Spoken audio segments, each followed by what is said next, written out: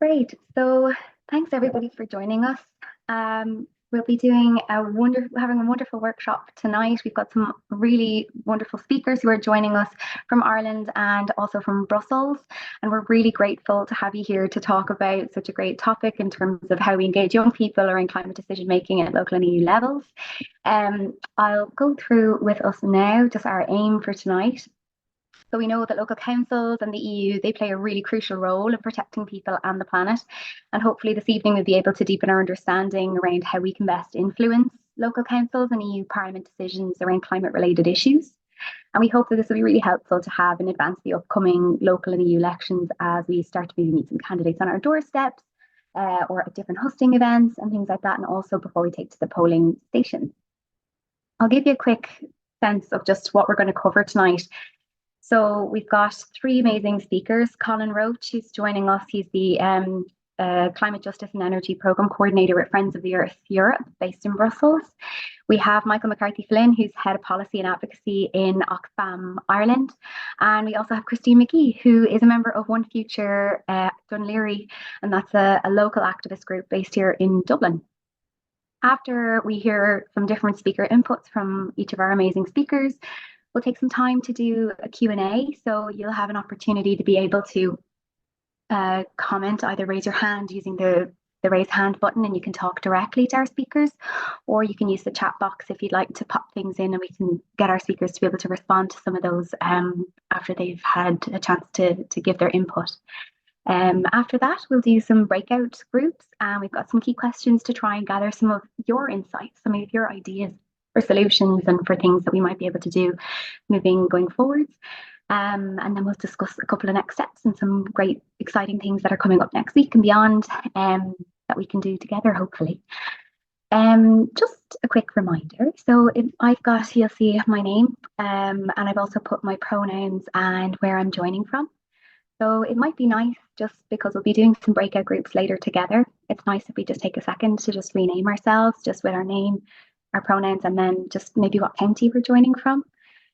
So to do that, you just right click on your picture of your face or your name if you have your camera off, and you can just rename yourself there. But it's just a really nice way for people to be able to chat, which would be great.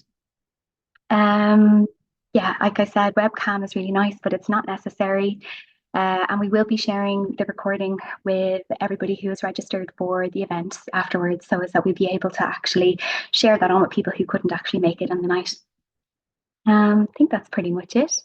Maybe just remove some distractions, get yourself a drink, maybe take some note-taking stuff out just in case, because I know our speakers are going to have some really good suggestions for us, and just get comfortable.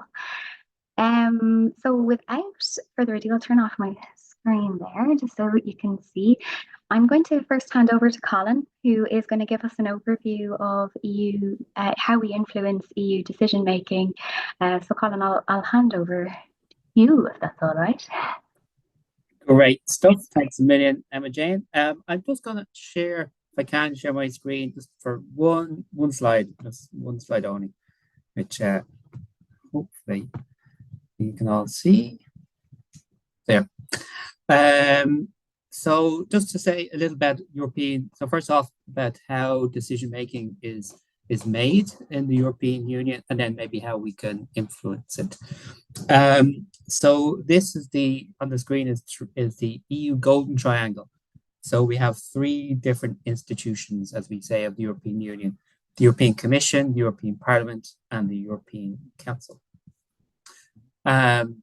So climate and energy policy are both shared competencies of the European Union and member states. So that means that Irish energy policy is decided both in Ireland, but also shared in Europe with other member states. So much of the framework of Irish energy policy gets decided here in Brussels. And how it gets decided is by a process called co-decision. And co-decision means that these three institutions, the Commission, the European Parliament, and the European Council, agree together what our energy policy should be. So we've seen this a lot in the last 5 years, where there's been discussion of the European Green Deal, and we've had lots of pieces of legislation. such as the Renewable Energy Directive, the Energy Efficiency Directive. So lots of pieces of European law which have been created over the last 5 years, which will now shape what the Irish government needs to do and the Irish state needs to do to shape our energy future together and to tackle climate change. So how the process of co-decision works is that the institution at the top, the European Commission, is the one that is tasked with creating the first draft of any legislation. So it has the power to propose any new legislation that comes through the European Union, either on energy or on other areas of policy. And then the other two institutions, the European Parliament, made up of hundreds of members of Parliament from all across the member states, which will be elected in a couple of weeks, as I'm sure you all know, and the European Council, which is made up of every member state of the European Union. Both of those independently will come up with their own versions of that legislation. And so they all three institutions will then have an opinion about what for example, the Renewable Energy Directive should say, how much we should reduce, how much we should create new renewable energy in the European Union. And then they have to agree. And that process is called trilogue. So they literally sit around the table long into the night and try to come up with an agreement on what our future energy policy should be, whether that's how much energy efficiency, how much cuts to our energy use we should have, what our climate targets should be, or indeed how much renewable energy we should try to achieve in the future. So that, in short, is the golden triangle and how it works. Normally, it takes several years for this whole process to happen. But then, maybe in terms of how we might influence it, the European Commission is the most difficult one to influence. Ireland has one member of the European Commission, Mairead McGuinness, and they act kind of like a civil service and ministers. So the Minister for Climate Change is a Dutch man at the moment, Mr. Hoekstra. And the other members of civil service are largely based here in Brussels. So there's only a narrow group of people that you can try to talk to, and they're more difficult to influence, especially from outside of Brussels. The other two, though, are more easy to influence. So the European Parliament is the one which will be elected in a couple of weeks, and these are your representatives. So Ireland will be sending a group of MEPs to Europe again in a number of weeks, and right now you can influence them by talking to them and raising the issues of concern. Right now, that I'm sure Emma Jane and Friends of the Earth and the other organisations will be happy to share our concerns. And so those guys, you can engage with them on a day-to-day basis, on a week-to-week basis, at their constituencies, and so on. The other dimension is the European Council, and that's member states. So in order to engage with those people, what we need to do is engage with the relevant ministers. So each of the European Council, they have a group of ministers. If it's the energy ministers, they have what's called the Energy Council. And if it's the environment ministers, they have what's called the Environment Council. And so the European energy ministers meet together. So in Ireland, that would be Eamon Ryan. He also happens to be the Minister for Environment, so he's also there for the Environment Council meetings. So that, in a sense, is how policy is made in the European Union, and who we need to address to affect that policy. So really, if you're outside of Brussels, the most effective way to do it is to speak directly to your members of the European Parliament, or directly or to the relevant minister responsible for that particular piece of legislation. I'll try to keep it short, but there's maybe two more things I'd like to say. In the European Parliament, the Parliament is made, just like the Oireachtas, is made up of a number of committees. So you will have an energy committee or an environment committee. And these are really important for for creating the Parliament's version of any legislation. And so, for example, the Energy Committee in the last 5 years has had several Irish members, and some of them have been very important. They've been taken on a role known as the rapporteur. So they're the people who are charged with chairing the negotiations within the European Parliament and creating any version of legislation that comes from the European Parliament. So if Ireland has a rapporteur for a piece of important legislation, they're a really important person to engage with. So recently we had an example of buildings legislation, energy efficiency in buildings, and that rapporteur was Kieran Cuff from the Green Party. And so that made him a particularly important person to speak to and to engage with and to lobby in order to get good legislation.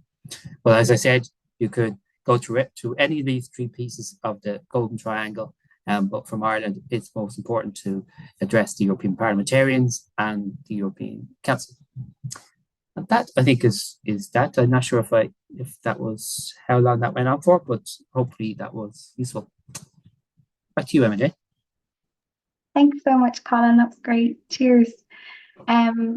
Wonderful. So what we'll do is, if I can hand over to you, Michael. So Michael McCarthy-Flynn, who is head of policy and advocacy in Oxfam Ireland.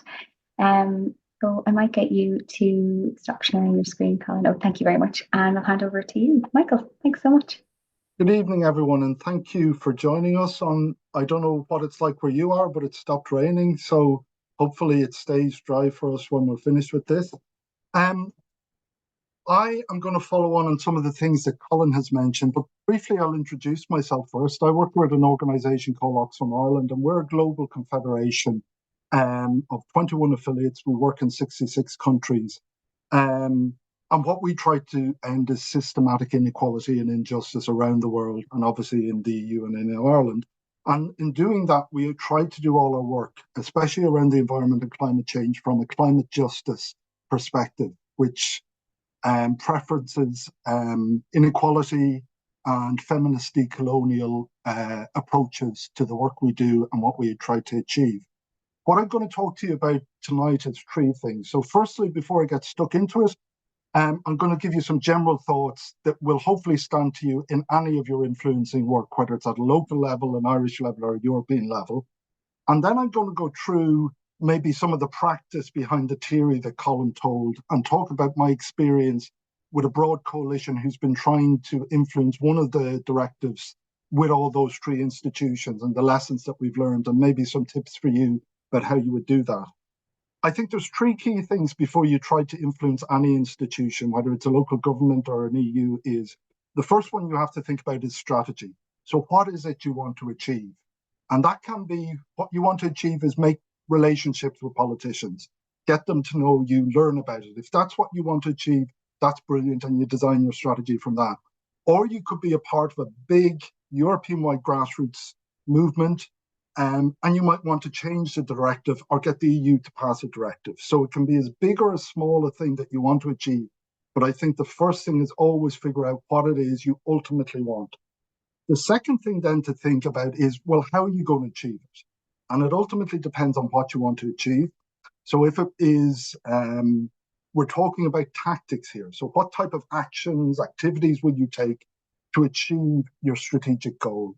And they can be, there's a million of them. You've probably been involved in some, from marches, petitions, lobbying meetings, stunts, etc. But three, what would I say, approaches to help you figure out this, I've always used and found very helpful, are firstly, always research.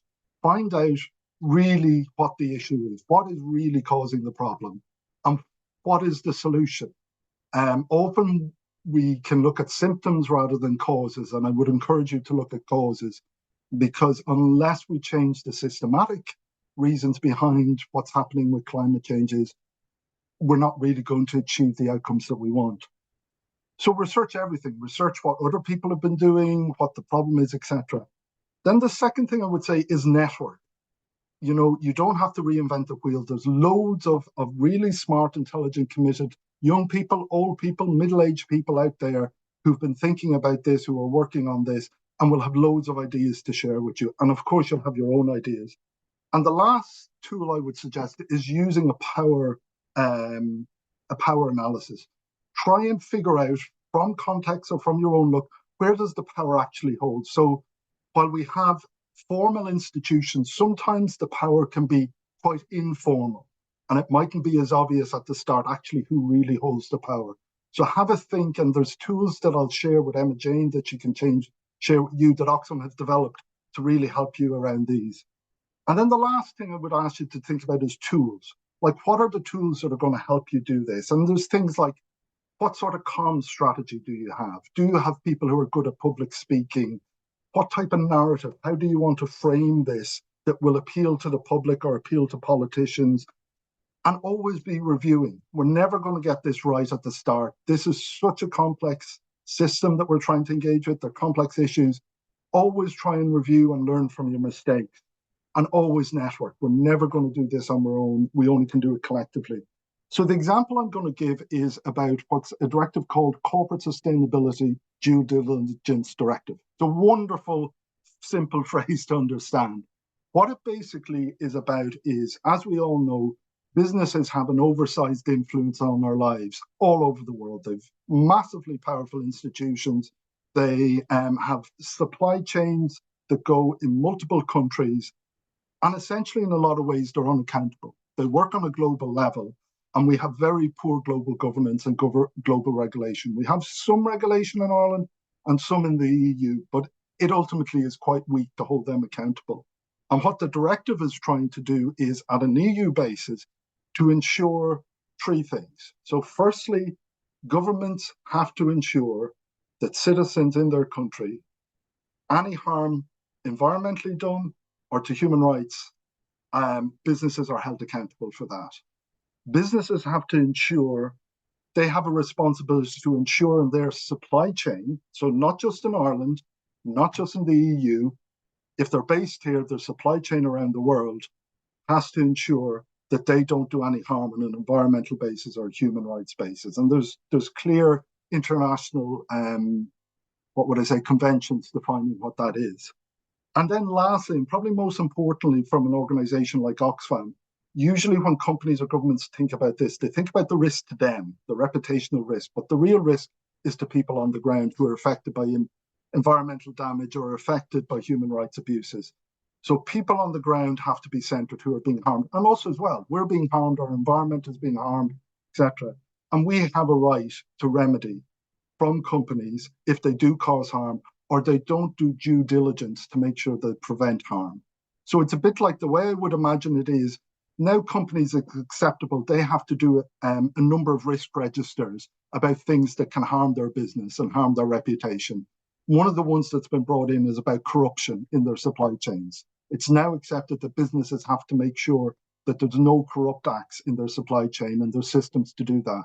What this, if it's successful at the end of the day, and we're only a little bit there, would be businesses would take the same approach in terms of risks to the environment and risks to human rights in their supply chain. So what did we do? Well, Oxfam has been working on this for decades. I won't bore you with the history of this, but this has been a long movement to try and hold companies accountable. It's gone through the UN, it's gone through different countries have done different things. But when Oxfam Ireland came to it, the EU, there'd just been an EU election, and a lot of people have worked really hard to put this on the agenda of the EU. So there was a commitment for the EU to legislate in this area. And we looked then in Ireland, well, who else is doing things on this? And other NGOs like ourselves, like Trócaire, Christian Aid, trade unions obviously are quite interested, but also really local grassroots organizations who are working on, preventing fracking, who are trying to stop abusive mining developments. So from very local groups to big organizations like Oxfam in Ireland all came together and said, well, how can we get a handle on this? And one of the big things to think about this is resources. We all have resources. We all have intelligence. We all have commitment. But organizations like Oxfam can bring in resources that maybe grassroots movements don't have. But grassroots movements have resources that organizations like Oxfam don't have. They've energy, they've commitment to the ground, they've links to the ground. So it's trying to pool all those resources and use them intelligently. And one of the great things we were able to do was pool resources, and we were able to employ somebody And I give a shout out to Circa in Friends of the Earth, who used to work on this campaign and did a great job. And we were able then to coordinate a lot of things and figure out what we needed to do. So there was, as Colin has put out, there's multiple levels that we had to work. So it's a bit like, what would I say, repairing a plane while still flying it. We had to engage with the Irish government and figure out who had the power there. And there's often multiple players, and they often have informal power. So, for example, the Department of Enterprise, whose main focus is on competition, it's not on human rights or the environment, officially held this file. And we'd engage with civil servants and politicians there. But there's also a human rights unit within the Department of Foreign Affairs who might have been more open and more aware of this. So some of our work was trying to persuade them to get engaged. And of course, then our political system has three parties, the Green Party, Fianna Fáil and Fine Gael. And different parties have different perspectives, some more supportive than others. So we had to learn the politics of that and then the politics of the opposition party. So we did a lot of lobbying, engagement, and then tried to keep it on the public agenda. So we did our research, we brought out reports. When consultations were happened, we did more reports. And I think what was really important, because when you get down to the nitty-gritty of legislation, having legal expertise is very important, because the business lobby, their big advantage, and what it's called in academic circles, is they have quiet power. Behind the doors with negotiations, and as they go on, it can drag on for people, it can be tiring, and they have the resources to employ the lobbyists and lawyers to really twist arms. So getting legal expertise for us to be able, and sometimes they come up with spurious things, we'd love to do this, but legally we can't do this, or we'd love to do this. And us being able to say, well, that's not true. We've a legal opinion that says this. And when politicians, they'll hear from you and they'll go, yeah, that's really important. But they'll also hear from business lobbies, and they can be often swayed more by them because they seem, they might have the attitude, these are really nice people, but they're a little bit naive. They don't really know the legal stuff. Having that was really helpful to us. So parallel to that, we also had to engage with the European institutions, as Colin had said. And that can be quite difficult and complex. You have to engage with MEPs in Ireland. But we were part then, because we had a coalition in Ireland. We knew this was an EU process. We were also part of an EU coalition. So in each, or a lot of the countries around the EU, there were similar coalitions to ours who were working in their countries. And then we had people like Colin in Brussels, my equivalents in Brussels, who were able to give us intelligence about this is where the blockage is, this is who you should be lobbying. And at the same time, different countries were doing this. And in many ways, it was very effective, because although where we are now is the directive is quite watered down and quite weak, and a lot of us are very disappointed with it. Unfortunately, that's the reality of this system, is because it takes so long and because there's such power differentials, it often can be watered down. But I always try to stay positive. We will hopefully, by the end of this week, get a directive passed for the first time ever. It's going to be legal that companies, now some of them, not all of them, will have a legal obligation to do the things that I said. Where what happens now is that legislation, if it's passed this week, and there's numerous votes along the way, and there's one final vote, the next government probably in Ireland will have to put legislation on the Irish statute books. And probably in this case, no Irish government would have done this voluntarily. And this is often the value of the EU. Often the government uses the EU to blame and say, these faceless bureaucrats in the EU are making us do stuff. And sometimes the politicians want it to be done, but they can't say it because they're afraid of what the Irish public. But actually, if you understand the system, there is a lot of democratic ways to influence it. And I would encourage you to build up your knowledge as much as possible. I'm going to share the resources that I gave to Emma, or that I mentioned to Emma Jane. But if anybody wants to talk to me or any colleagues afterwards on your journey over the time, please do.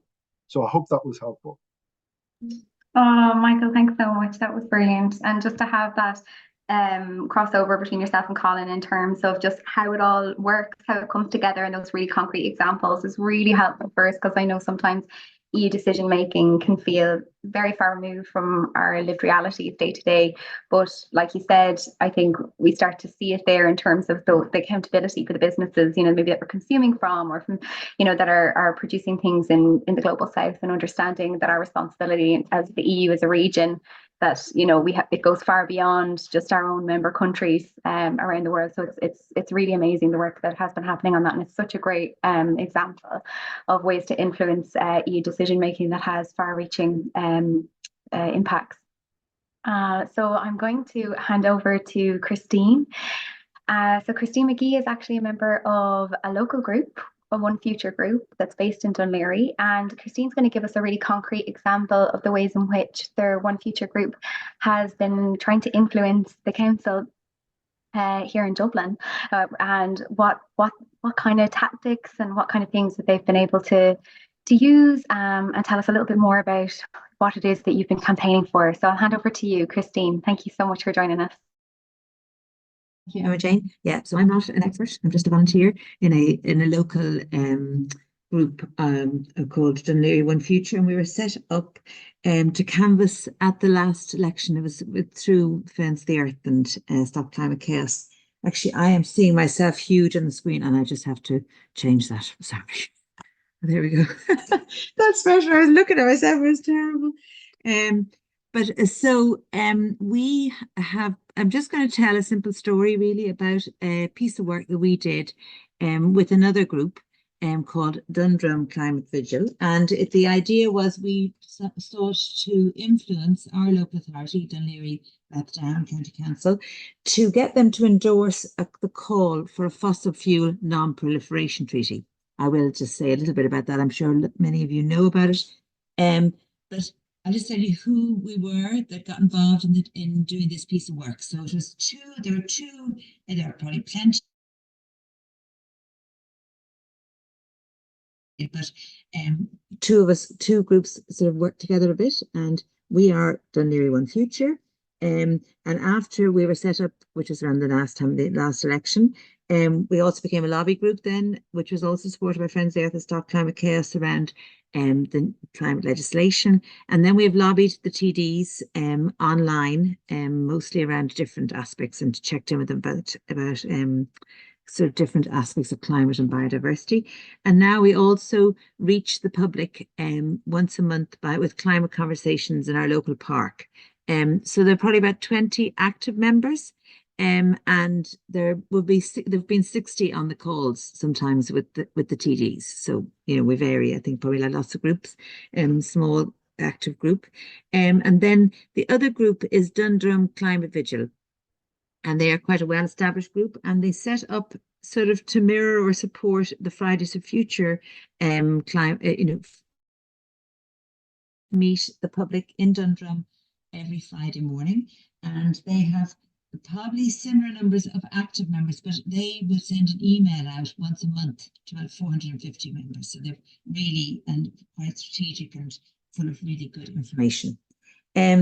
So we decided what did we want to do, and we decided we wanted to persuade Dún Laoghaire Rathdown County Council to endorse this call for a fossil fuel non-proliferation treaty. And I'm now going to call FFNPT is what we might refer to it if I stumble over the words. Anyway, what is that? Just quickly, I presume some people might not know, and it's modelled on other international treaties where nations came together to face a global threat, like the nuclear non-proliferation treaty. Now, I remember that because I'm old enough to.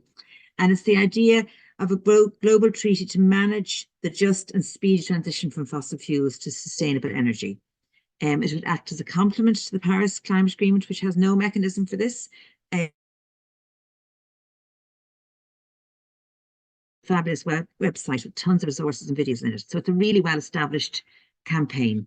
There are 12 countries already signed up to it, over 100 cities, World Health Organization. So it's got lots of serious backing. And the three pillars of the proposed treaty are, thank you, Emma-Jane, are that it's non-proliferation, so it means no more fossil fuel infrastructure, a just transition, no one left behind, and a fair phase out, which really obviously is the essence of what all of us are thinking here, is that those who've benefited most and contributed most should move fastest and support the world in this endeavor. So it's just a global treaty to manage what is absolutely essential. So why do we choose that treaty? I think in previous treaties, the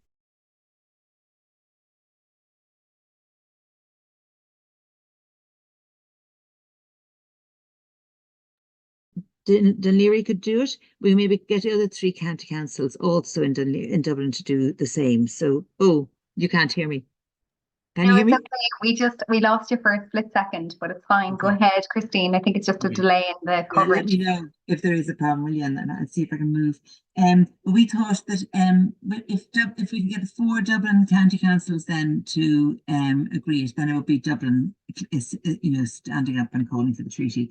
And we did it because we also decided to do it because we found a bit like last speaker that to be able to tap in where there's good research, where like say our last campaign was we tried to support that call for solar panels on schools and the speed, because already Friends of the Earth have done all the research, so we can just take that stuff and run those those campaigns locally rather than trying to do it ourselves.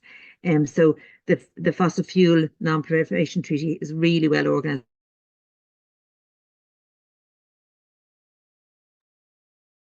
We've just lost you again for a split second there, Christine. No, we weren't. I'm actually, yes, I'll have to move, will I? Is that Sorry. okay? Maybe I'm turn sorry. off your camera or Oh yeah, It Yeah, might good help, idea. yeah. It might just That- because I think the sound is coming in and out and then you cut out for a little bit. will you wave at me, Emma Jane, then if it does again, and I'll just move. I will, of course. I will, of course. Okay, grand. So also we thought it was a great opportunity to link in and to have an excuse to speak to each of the councillors in our area. So how do we do it? I think that's what people are more interested in. So we decided there are 40 councillors in our area, and we decided we would write an email to each councillor, personalised email to each councillor, explaining the value of the treaty, the opportunity it was offering to DLR to be out there, out front, doing something positive around the climate.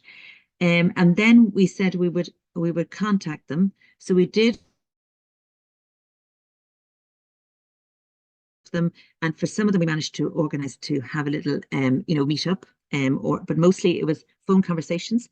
We spoke directly to roughly half of the councillors, so we'd split it between so we had about eight of us on this job of ringing the councillors. And then we learned also about how things worked in the council a bit more. So we learned there was a strategic policy committee on environment and climate action, which we hadn't known about before. So we made contact with the chair of that and got a sense of how positive they might be and what role they might want to have in proposing the motion. But we generally got good support. People who weren't so sure didn't actually take our phone calls probably. But and then we made good contact as well with the chairperson of the county council closer to the day.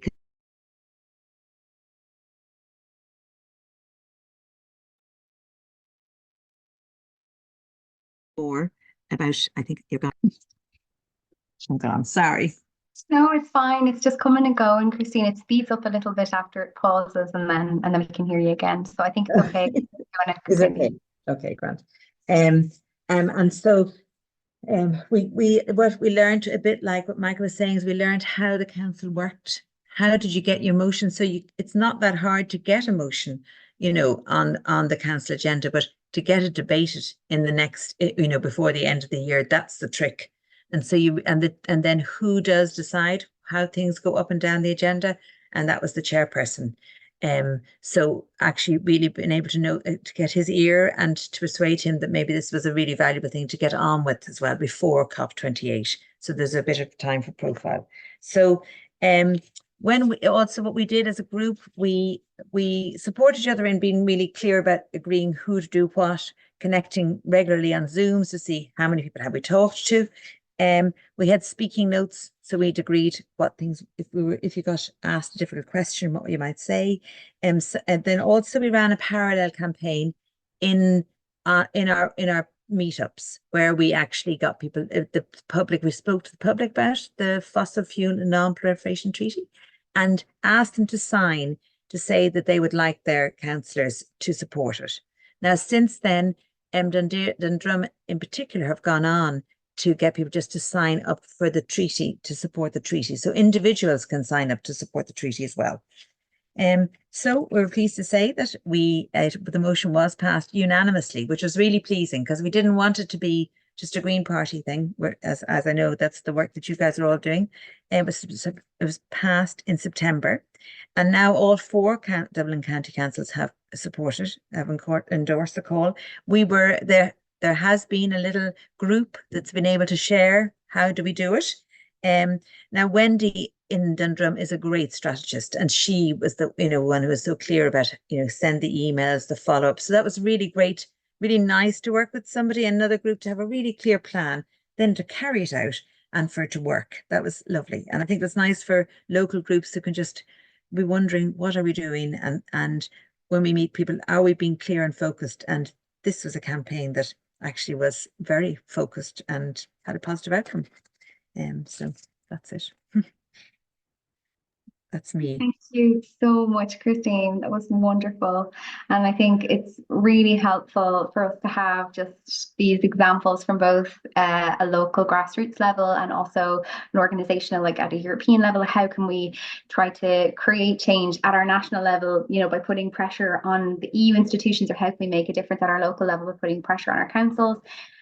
So I'm sure there's lots of questions. So what we might do is open up a quick few minutes for Q&A. So if people have any questions that they'd like to ask any of our speakers, please feel free to either just raise your hand. I think sometimes when you're in Zoom now, if you just do this for long enough, it'll pop up as a little reaction, or you can just use the reactions down below, or you can pop your question into the chat box. So I'll give people a couple of minutes in case anyone has any questions that they'd like to ask.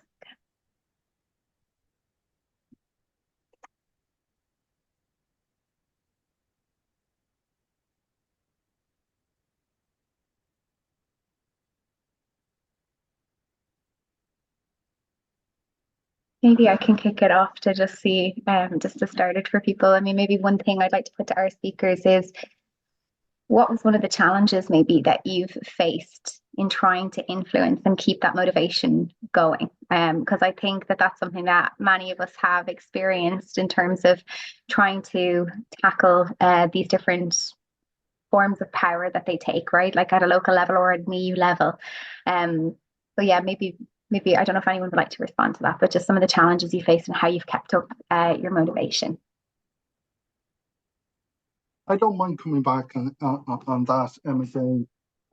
I think it can be hard. We have to recognize that it's hard. This is challenging work, and I think we have to, realize what we can achieve and what we can't achieve, and be kind to ourselves.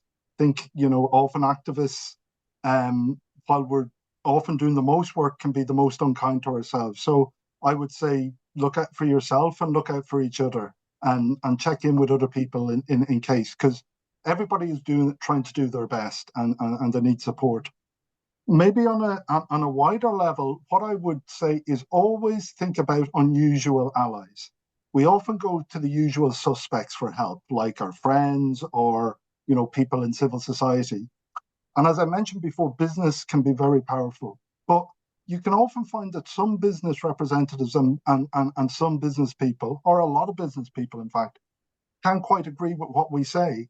And often having, say, a private sector advocate or a private sector business echo our call can have more power, unfortunately, than some of the things that we say. And we found that certainly in CSDD. Now, they didn't support everything, but when it came down to the wire, and there was a lot of pushback from a lot of business organizations, we had, as a coalition-wide, had pension companies, had some big multinationals saying, this is actually a good idea and we want to support it. And actually we're disadvantaged because we're trying to do the right thing and other companies are doing the wrong thing or getting away with it because they're not being regulated properly. So I would say that is really helpful to look outside your usual circle or your usual suspects, and you'll be pleasantly surprised about where you might find an ally.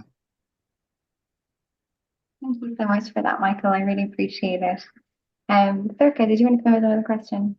Yeah, I think recognizing that Michael and myself might actually think like Michael took a lot of that already, but it was just about challenges, I think, is energy sometimes. And Michael did mention that around taking care of yourself and burnout. And I think it's okay, I suppose, to recognize that things might not always go your way, and it's probably not so much to do with your inability or your lack of knowledge, or it's just sometimes campaigning is really difficult and can be quite lonely sometimes. So I think it's good to recognize that also. And then also around different allies, like I think what a key for us around the Corporate Sustainability Due Diligence Directive, lovely, two great names. Let's name a few of these treaties a bit better, is around including voices of those most impacted. And I think that what Christine was talking about as well is bringing the constituent to the politician, or bringing the impacted people to the politician, has a much bigger impact when done appropriately. But we used to always have in our Oireachtas committees, like making sure that the rights holder was the first person speaking, coming from, if it was from Sarah Home Mine or from another place. And that really brought the reality of the situation, because sometimes what we're talking about can be quite dry, legal, climate policy, and to make sure that we bring those cases to the heart of it, I think is really important as well. So yeah, that just, yeah. It just makes me, I'm wondering if other people think that's true, it's the right thing. But actually, we were phoning the politicians, obviously quite a number of us were nervous, thinking, oh my God, don't know enough. But that thing of just being able to say, look, I've read this, and I, as a person who's worried about climate, really want you to do something about it. I think it's like just to speak in an ordinary way and say, actually, I don't know enough. I can find out more. But just to be able to go in that to encourage ourselves, as you say, that thing is about encouraging us all just to be kind, and just it's good enough just to say what you can say. I think when you get on the phone, that is, I don't know if I'm making sense about that, but it's just to have the courage to just get on there, and also the huge value to having organizations like Say When Friends the Earth had all that information about solar stuff, and we were able to lift that, and then we were able to lift the information from the fossil fuel. When you can rely on it, that's really helpful, and then where it can be on the ground, but to have good facts behind you, and people who've already identified that those are the important campaigns to do, then I think that is helpful.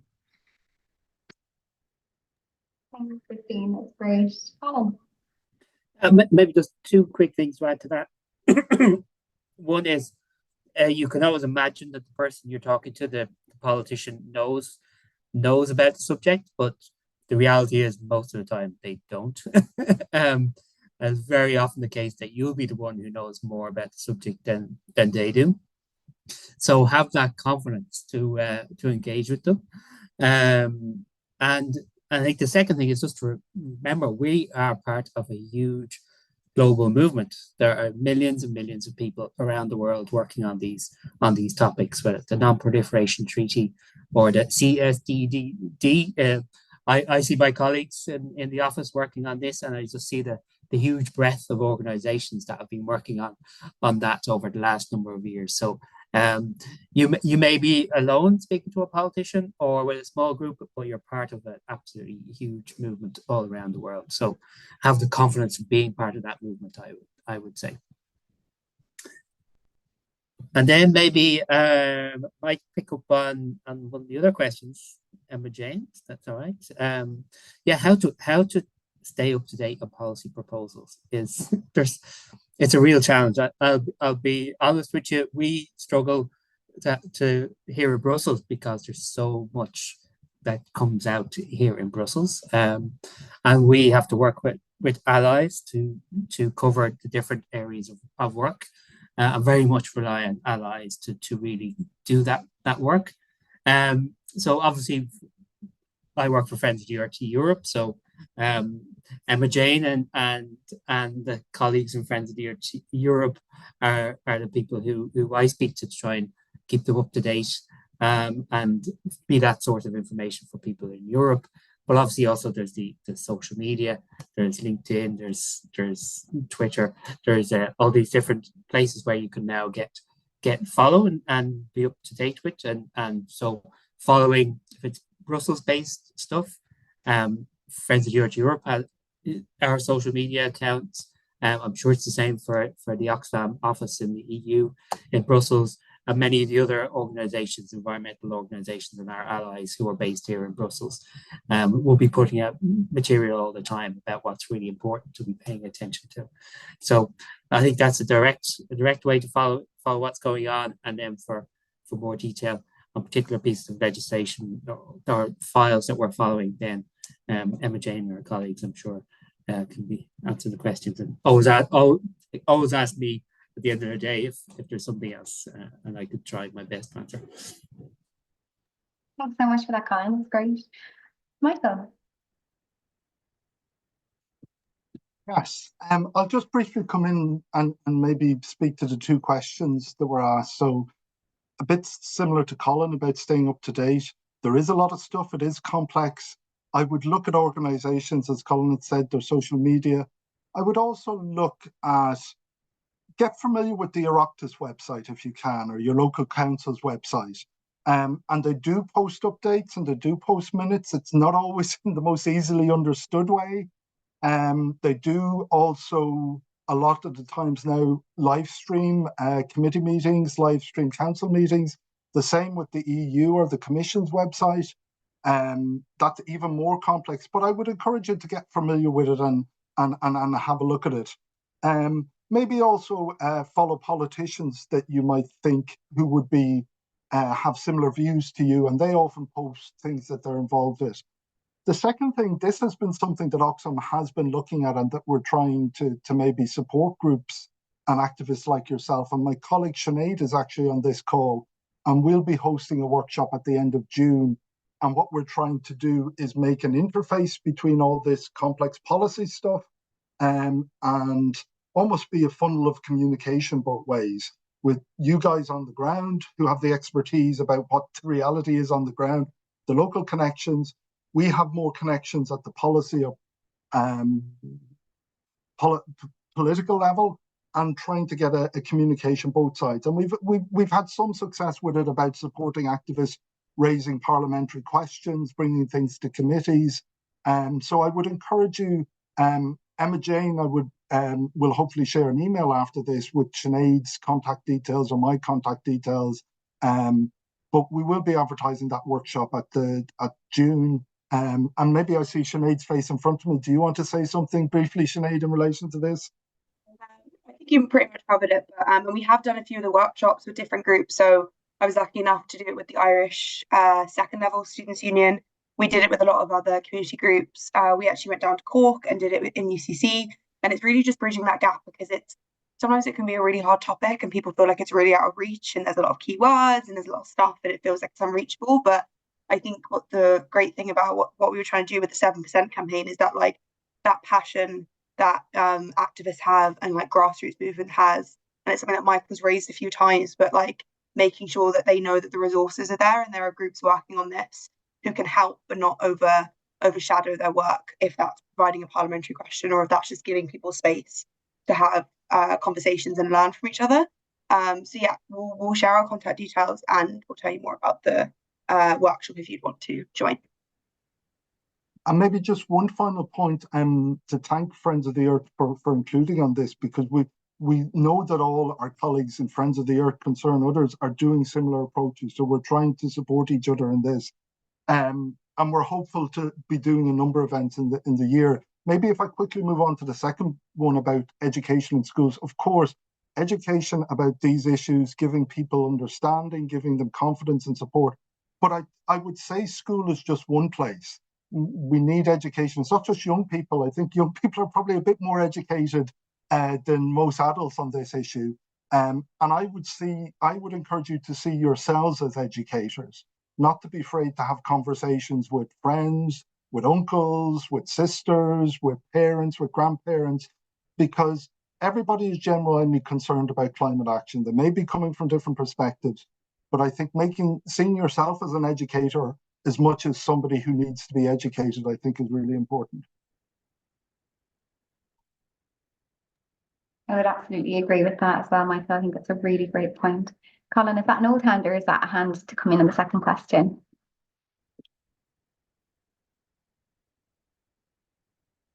Might be an old hand because I think you might be frozen. Okay, that's no problem at all.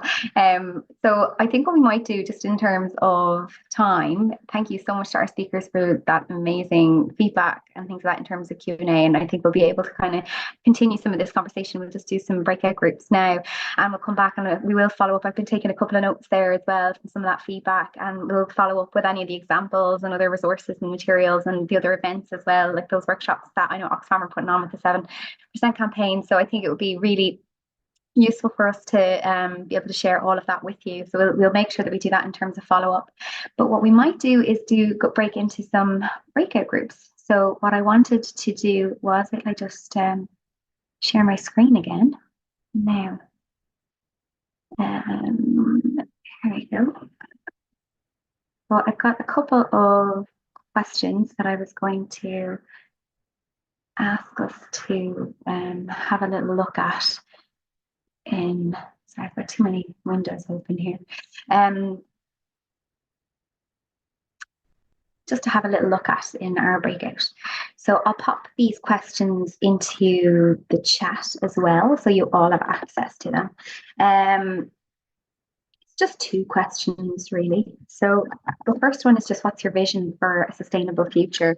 And the second is, what is it that's motivating you and where do you feel that young people can have the most influence based on what you've kind of just heard and maybe what you've been involved in yourself with your own activism? So what we'll do is we'll take maybe about 10 minutes into breakout groups. In a moment, I'll open that for everybody. We'll break out and take a little bit of time if everyone could just introduce themselves, and if one person from each group wouldn't mind being able to feedback to us, that would be greatly appreciated. We would really, really, really appreciate to hear some feedback afterwards. Hey everyone, thanks so much for coming back. So I think we had a few different groups, and I would love to hear some feedback. So I was already getting a little bit from Craig and Yiming, but I was wondering, do you want to maybe give us a little bit of your feedback on the 2 questions, and I can try and capture some of that. I'll share my screen so I can try and capture, if that's okay. So I don't know, was it yourself, Craig, or was it yourself, Yiming, that we're going to actually feedback?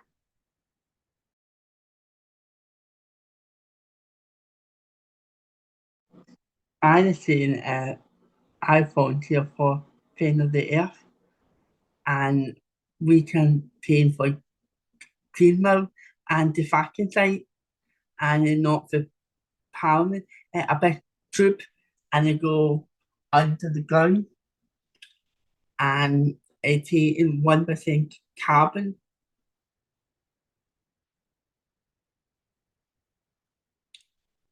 And although the other fucking energy a big group, and it's in national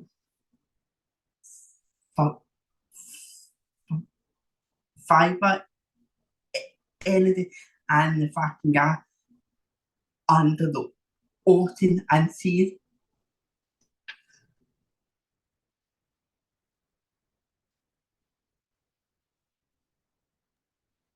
Yeah, and I think, what did you think in terms of for what you want for your sustainable future, Craig? Did you talk about that one? What your vision was? No. That's okay, don't worry.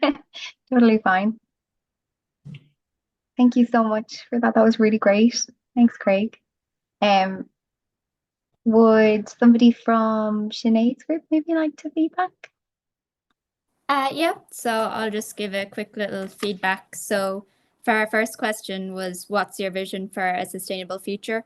And we said that, you know, to make sure that we're educating all ages, like you were previously saying before. So like, you know, young people, older people, you know, make it starting those conversations, whether in a school setting or outside school, you know, is very important. And also to put in good infrastructure, like good sustainable infrastructure, and to improve public transport. And also to make, like, you know, people around us and people in the street and everything believe in climate change and believe in the importance. And I suppose, again, that links in with spreading the awareness as well, as some people aren't really educated on this issue. And as well, you know, with overconsumption as well, to reduce that. And then for the second question, to what is motivating us, so we said that to prioritize things, you know, to maybe make climate change a priority, as it really hasn't been like kind of before in like previous like decades. You know, we've been very focused on other things, and climate change has kind of been on the back burner. But I think now is really the time to, like, you know, step up and make the change, because, you know, the problem's only like getting worse. So it'd be better to be part of the solution. And you know, that also links in with Sinead was saying, to be part of the change. You know, the change is going to happen anyway, so you may as well be with it rather than like against it, because, you know, it's what's best for everybody at the end of the day. You know, young people are very influential as well. You know, I'm like young, like 16, like, you know, like my friends like do influence me, and I'd like influence them. And then, you know, just around as well, like, you know, changing that narrative like amongst some people as well, you know, as well. And like, you know, saying that it's not really that radical, like, you know, it's just, it's something that's happening, and like, you know, something that really needs to change as well. So yeah, that's kind of a summary of what we were discussing. That was great. Thank you so much, Aileen. Problem. I'm trying to capture some of these, but you're all talking so fast. I'm not very good. Oh, sorry. No, I can put some of the points in the chat if you'd like. No, I might ask yourself and Craig to do that, because I was Yeah, struggling that's no problem. quickly as I was still trying to get it open. So maybe the two of you could just throw something into the chat for me as well. But if I haven't captured this, I'll share these slides afterwards, and you can add in too, because I didn't catch everything. But that was really brilliant. Thank you so much for that. That was really great. Wait till I have a look here and see which other groups did we have. What about Christine? Someone from your group? So Anastasia, Erin, or Christine?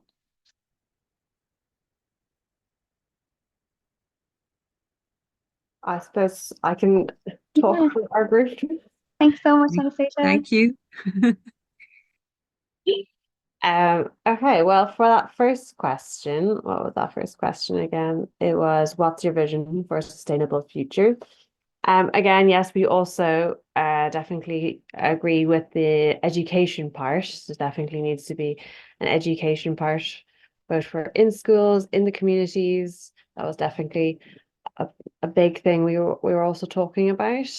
Funny enough, also transport. We seem to have a good crossover with the other group. Specifically the idea of the 15-minute city, having everything really close quarters to you, so you can have a lot of active travel. Then you can have all your energy supplied to you from local wind farms or from your solar on your roof. Everything kind of being already there, so you don't need the big journeys by car or such. And then hopefully that would also then cause a kind of a slower and less demanding society. Maybe also the fact that the marketing around us won't be so much of like buy, but you know, using what you have, less ads, I suppose. All that good stuff.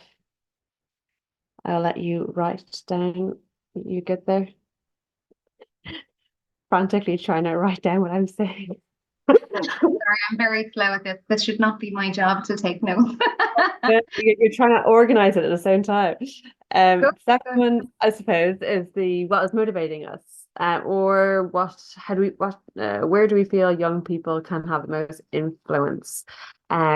So some topics here as well, where that young people tend to be more internet savvy, so know where people are looking and what kind of posts tend to get attention, how to write posts, create events, create these kind of Zoom events, such which they're well used to and know the do's and don'ts. Another thing was mentioned was that the importance of meeting in person with your local candidates or just general people who are in power. If young people can meet them, it does definitely impact the young people, and then they can also then talk to the local electives as well. A positive thing. And the last thing that was mentioned was also that young people tend to have quite the clarity of voice. So knowing what are the big problems, not seeing as many obstacles as someone older might have, and demanding the impossible tasks, because knowing that they are important, maybe not as impossible as people older might believe.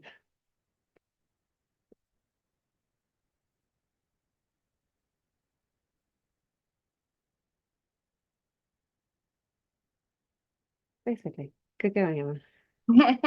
I think that was really great. Sorry, we can reword some of these to make it more along the lines of what you were saying, but I think, yeah, really amazing. I think that's really helpful, and a really good point in terms of being able to still have that creative vision for imagining, new futures beyond our current realities. I think it's really great. Thank you so much for that.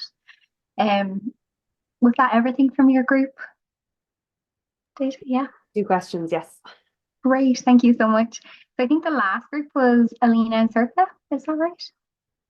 Don't know. Yeah, there's only 2 of us, and Alina, do you want? I could do feedback because Alina wasn't feeling great, but if there's anything I'm missing, because we talked about our lives as well, because there's only 2 of us, but I think we were talking about the sustainable future part for particularly for Alina, it was around actually keeping to the promises. So what does the sustainable future look like? It's keeping to the promises that politicians have made. And that was a realization that is probably the 2%, not the 1.5% that we are looking into. And that is our kind of main hope for a sustainable future. And that we, I suppose, as activators or action as citizens, need to be trying to push them.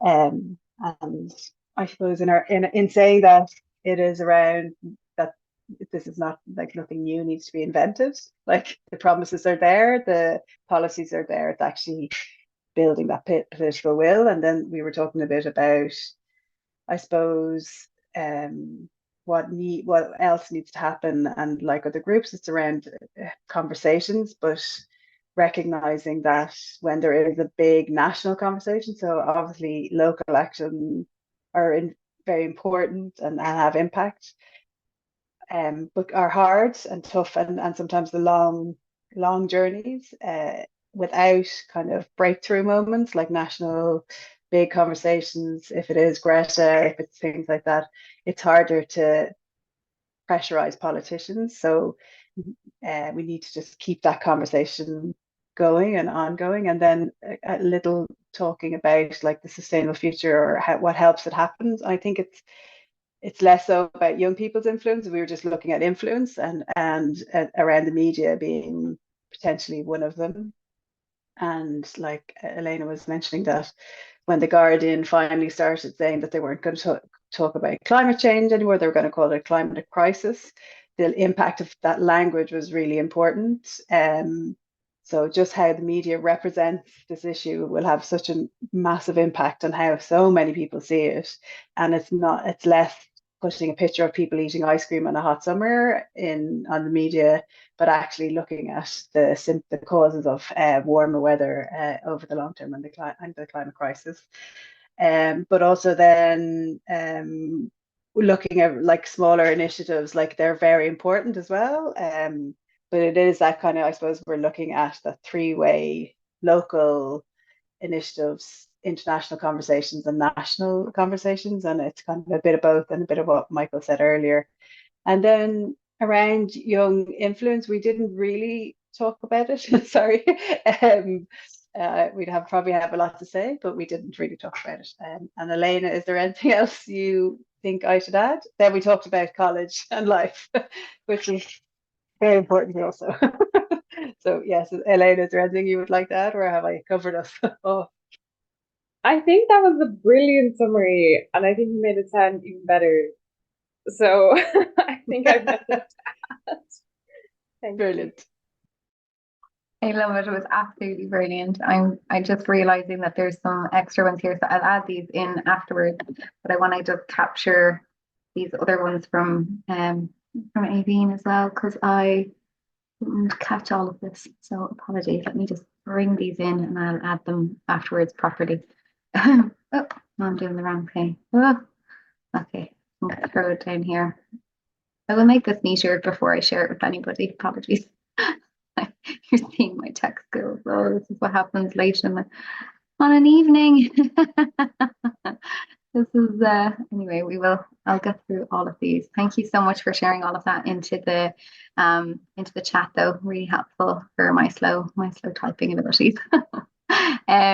So what we were going to do next, I'm going to actually come over. I just want to thank you all first of all for all that feedback and taking the time to chat together. And I think it's really important. And I know we're a small group, but I think it's really helpful to just start these conversations, to have heard from different concrete examples from our speakers and hearing how things have worked, you know, at a local level, like the success that One Future Dunleary had in terms of actually putting that on the agenda, like having this vision for, yeah, this is a really useful tool to try to get something over the line, and like how they went about influencing that, and they actually got a win. And I think it's really great for groups to get wins because it really helps motivate. And I think that was a really great example of that and how the group is still continuing on. And I think the examples as well that Michael gave us in terms of due diligence, how sometimes, you know, we can feel a little bit like we didn't get exactly what we were looking for, but actually it still gives us a hook to be able to continue the fight and to continue to tackle. So I think that there's a lot in that, and I think it's really reflected in some of the feedback that you gave, which is really great. I'm going to hand over to Circa, who's going to tell us a little bit about some next steps before we wrap up. I know we've only got a couple of minutes left, so Circa, I'm going to hand over to you. Yeah, and thanks. I won't waste, or not waste, but I won't take any more time. Brilliant. Thanks. Just for as part of our election work, we have produced a lot of election materials and toolkits, obviously with the European and the council elections in mind, and we will share them all at the end of these webinars, and they are about conversation starters, myth busters, policy change that we want, social media graphics, FAQs. So it's a bit of everything. And a key, I suppose, part of our work is ensuring that candidates and politicians hear from us and hear that climate is still a very important issue, even more so now than ever before. And so next Tuesday at lunchtime, we are going to hold an MEP hustings. And Christine, no worries, you know all about our stuff anyway, and obviously you'll be there. But thanks a million for everything. But just to say that we will share it with you, it'd be great if you could come. We are going to try and put a lot of questions around youth and climate and youth and climate impacts to the MEPs. So please share it and let us know. And if you can't come, do send in some questions as well, because we will record it and send it around. So like anything else, it's just great to have information in people's hands. And Emma Jane, if you just move the slide to the next one, thanks a million. And also then, because it's a two-handed email or two-handed election, we are asking people to take our e-action. Again, that's online, and I'll put in, thanks, the links are in the document, to our council candidates. And once we are basically saying in the email, you're saying, I care about climate, I want to see better transport, I want to see better warm homes for all, I want to see more space for nature, and these are the kind of things the council are responsible for, and these are the kind of areas that council can change. And then also you're asking your council candidate to sign a pledge. So it's in one email and they can do both. And we're sending that out via our social medias, etc. And we would love if you shared it and took it and shared it with your friends and family, if that's possible. These are both online activism. And what we will be also sharing later through Emma Jane is some offline activist events or activism events around the country. One of them being this weekend. There's Mothers Rebellion Action that will happen in Dublin on Saturday. We'll send more of the details. But again, we're just creating as much as possible, as much noise as possible in advance of the elections to try and make sure that people, whether they're running for council or the European Parliament, understand that climate is an issue for us all, but also what their politicians or candidates' position on climate is. And we will share as much with you as possible. Obviously, just my final piece is this: we are also heading into general election period, so I think it's really good to get your experience in now, asking questions, talking to people about climate, because the general elections for us as climate activists will be huge, and we feel it will be probably in November, so it's a really big moment to get ready for the battle. But that's it from me. Great. Thank you so much, Circa. That's really, really great. And I think as well, just for all of us, just I know we're just closing up now. There was a lot of other events, even the workshop coming up at the end of the month that Sinead and Michael were talking about earlier as well. So we'll make sure we pass on all of that to everybody so that you have that to hand. So all the different resources and tools from last week as well. We'll have the 2 recordings from the input from our speakers from last week and this week that we'll share with everybody, and we'll share all of those resources that have been mentioned in both. And we just really want to thank you and encourage you to connect in. You know, we've got a youth group, Young Friends of the Earth Ireland, and we can send you those details too in case you want to get more active and get involved in that too. But also just get involved with your local societies and your universities or in your schools. I know ISU at secondary level are really active as well, climate issues. So it's really important for us to do what we can to continue to use our voices. You know, we know that this next period of time up to 2030 is going to be a really, really, really crucial time for decisions that are being made on climate. And we know that this is your future, you're most impacted. This is your legacy in terms of, you know, what's ahead of you, the kind of families you want to have and things like that in their future. So really important that we set it on the right trajectory, a positive one that's more sustainable for people on the planet, that's more just. So really important that we try to vote first of all, and get out those of you who can, because I think it's really important for the kind of future that you want to actually participate in helping to create it and transform the current situation that we have now. So thank you so much for being here. We really appreciate it, and we look forward to connecting with you all again very soon. Thank you.